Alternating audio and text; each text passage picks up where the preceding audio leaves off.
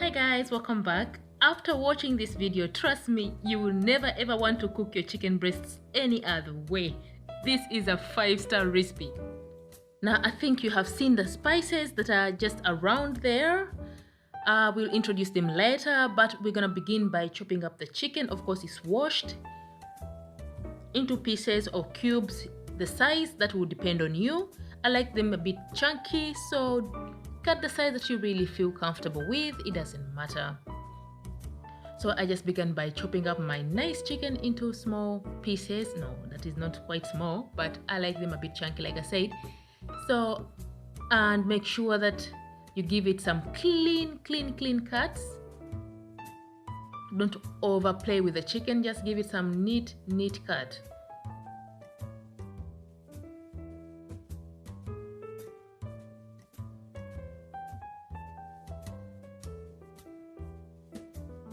Now you're gonna go ahead and season it. Season your chicken with some paprika powder, some cayenne powder. If you don't like spicy, you can skip the cayenne pepper. But of course I like some hot in my food, so I went ahead and spiced it as well with some chicken. Keep minced chicken in Dutch with some chicken spices. Of course, it's chicken with chicken, that will never go wrong. Then of course I got my magic 7 spices. It's a mixture of different spices, but in there are about 7 spices. Just a little bit of that and this, or this and that. Some turmeric, of course, we want to pump up that color a little bit. And of course, turmeric is very healthy and good for your heart.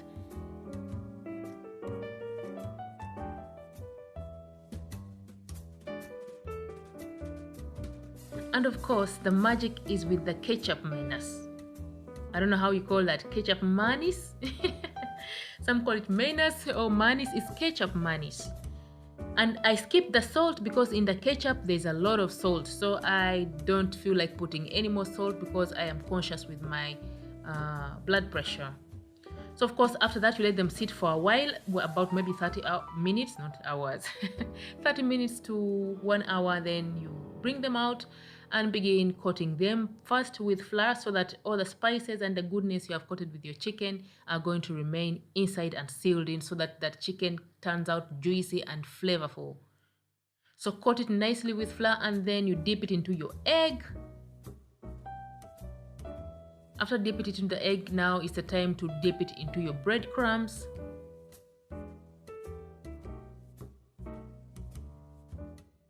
And finally, of course, you're gonna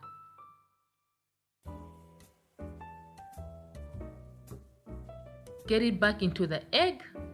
Just a little bit, don't overdo it, a little bit, so that at least you have that stickiness whereby the breadcrumbs will stick to it. Because from the oats. So that is the final coating, and you'll be done, and that piece will be good to fry. But I like to fry them at once, so I like to collect them up and fry them all as a batch.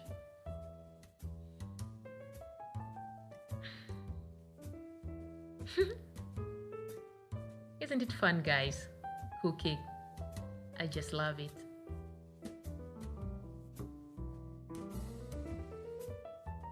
So when you have done a good job of coating all the pieces, it's now time to fry these babies. And at this time your pan of oil, I'm sure, is on fire and is ready, and it's time to fry them babies. It's a Friday, it's a Friday.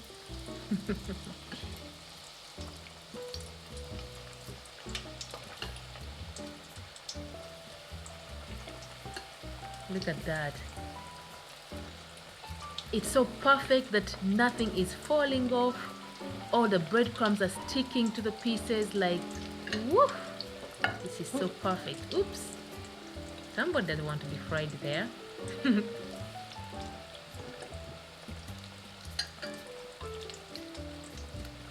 I had a big pan, so I put the whole batch in. So everything fitted in, so I had only one batch of frying.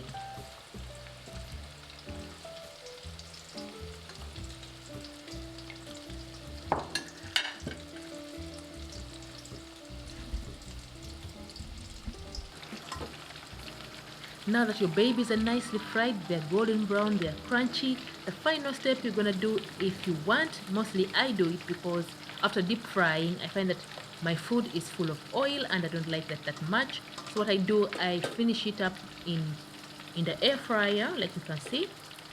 If you don't have an air fryer, you can of course skip this, but I like to finish it up in the air fryer so that all the excess oil can drain out from the food or from the pieces of chicken, and I have my nice, dry, yummy, crunchy chicken breast.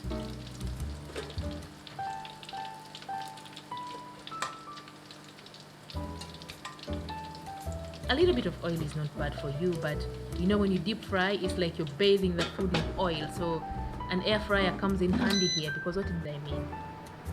Sorry about the camera, I had to adjust it. And of course, I just gave it 10 minutes at 160 degrees, and they were all nice and crunchy. They were not hard, they were just good and juicy.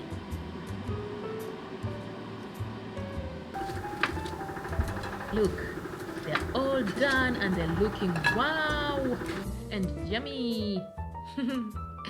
And of course, you can eat them with a tomato salsa. It could be avocado salsa, whatever salsa you want.